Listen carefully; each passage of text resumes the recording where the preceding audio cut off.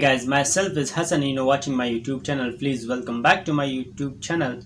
Guys, आज हमारा topic tenses in English language के 90 डेज कोर्स के हवाले से है, जिसमें हमने टेंसेस कुछ स्टूडेंट्स के लिए शुरू की है जिनका टेंसेस में इम्प्रूवमेंट नहीं है या उनको मतलब वो सुन सकते हैं लेकिन बोल नहीं सकते। बाज़ स्टूडेंट का ये कहना है, तो उनके लिए अपॉर्चुनिटी है कि इसी वीडियो पे ध्यान दें। और हमने पहले वीडियो में प्रेजेंट का 4 हिस्से डिस्कस किए हैं और इसी तरह पास्ट के हमने 3 हिस्से डिस्कस किए हैं। आज हमारा टॉपिक है past perfect continuous tense in past का चौथा हिस्सा। क्योंकि आपको पहले हम पिछली वीडियो में बता चुके हैं कि हर एक टेंस के 4 हिस्से होते हैं, तो आज हम पास्ट का 4वां हिस्सा डिस्कस करने जा रहे हैं जिसका नाम है पास्ट परफेक्ट कंटिन्यूअस टेंस। और इसी तरीके से आने वाले फ्यूचर के हम 4 हिस्से डिस्कस करेंगे इंशाल्लाह।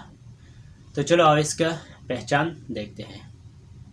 गाइस, इसका पहचान ता रहा था सिंगुलर बॉय के लिए, ती रही ती सिंगुलर गर्ल के लिए, ती रहे थे रहे थे ग्रुप के लिए, और ता रहा था खुद सेल्फ के लिए। क्लियर? ता फर्स्ट में, रहा फिर, और ता लास्ट में। तो ता फिर रहा फिर ता, ती रही फिर थी, ते रहे फिर ते।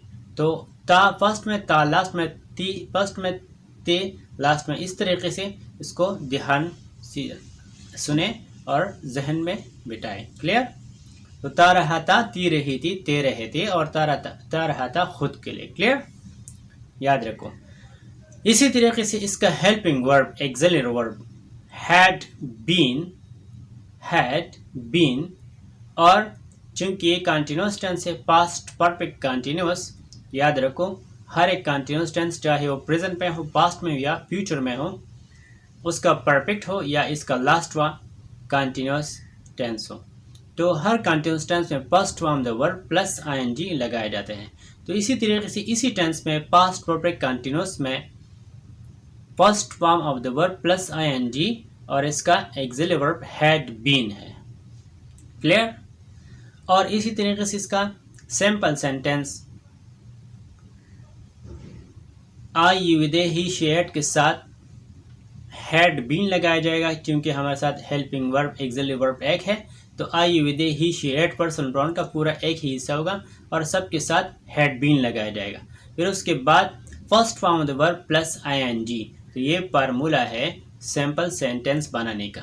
अब नेगेटिव इंटररोगेटिव कैसे बनाएंगे, पहले मैं आपको बताता हूँ कि हैड और बीन में सिर्फ हैड को इंटररोगेटिव सेंटेंस में फिक्र से यानी सब्जेक्ट से पहले फिक्रे में आएगा, यानी पर्सनल प्रोनाउन से पहले आएगा। क्लियर? और नेगेटिव सेंटेंस में हैड और बीन के दरमियान नॉट लगाया जाएगा। क्लियर? अगर आप किसी कम्पिटिटिव एग्जाम में बैठे हो और आपको ऑप्शन आए कि हैड से पहले नॉट लगाऊं या बीन के बाद नॉट लगाऊं, याद रखो हैड और बीन के दरमियान नॉट लगाया जाएगा, न हैड से पहले न बीन के बाद, हैड और बीन के दरमियान। क्लियर? ये पॉइंट जहन में याद रखो। तो चलो आओ इसका थोड़ा प्रैक्टिस करते हैं। और एक और टेक्निकल पॉइंट जहन में याद रखो, हर परफेक्ट कंटिन्यूअस में सेंस और पार का इस्तेमाल किया जाता है, जैसे कि मैं प्रेजेंट परफेक्ट कंटिन्यूअस में डिस्कस कर चुका हूं। आज इसी टेंस में इसको भी थोड़ा ध्यान से सुने। Sense for the specific time, मालूम वक्त के लिए, और for the period of time, जो वक्त मालूम ना हो या इसमें किसी खास वक्त का जिक्र नहीं किया हो। क्लियर?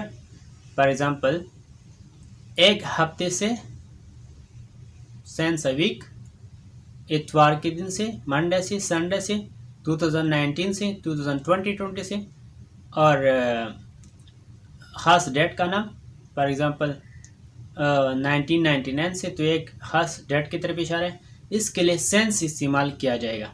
अगर कहीं कई महीने से, कई हफ्तों से, कई दिनों से, कई घंटों से, कई टाइम से, इस तरह इसके लिए पार इस्तेमाल किया जाएगा।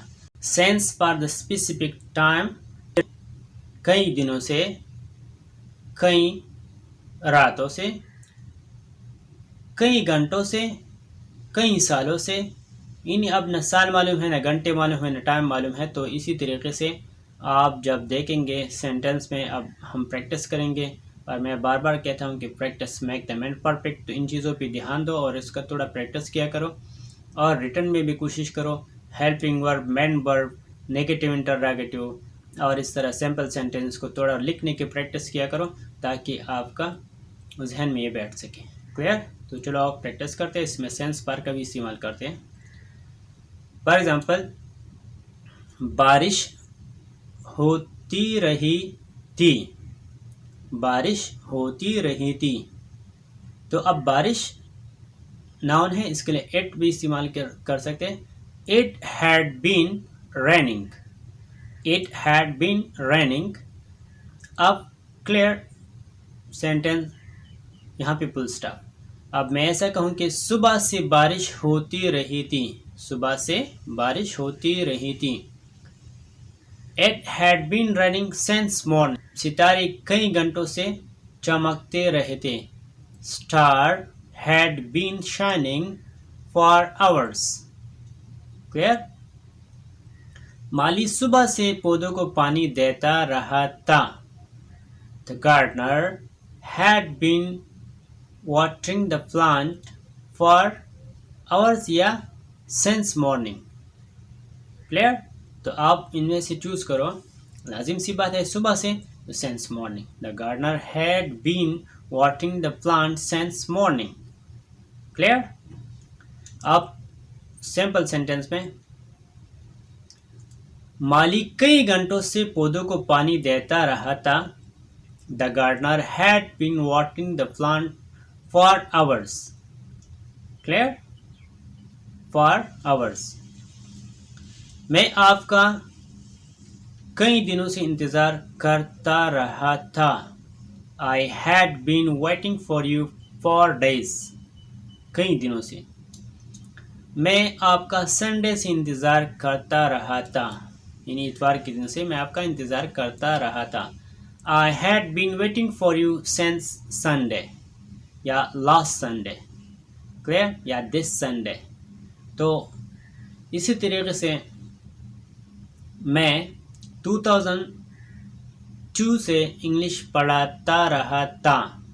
For example, I had been teaching English since 2002, क्योंकि यहाँ पे एक ख़ास डेट की तरफ इशारा किया गया है, 2002। क्लियर?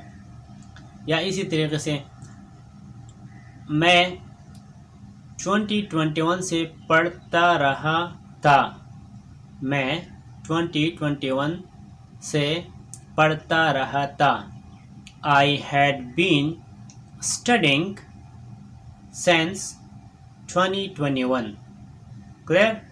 मैं कई सालों से पढ़ता रहा था। I had been studying for years. अब नेगेटिव इंटररोगेटिव बनाते हैं। क्या मैं पतंग उड़ाता रहा था? Had I been flying kite? मैं पतंग नहीं उड़ाता रहा था। I had not been flying kite. तो ये नेगेटिव इंटररोगेटिव और सिंपल सेंटेंस आपने जाने। तो इंशाल्लाह नेक्स्ट वीडियो में मिलेंगे। अपना ख्याल रखो। Thank you, bye bye, see you.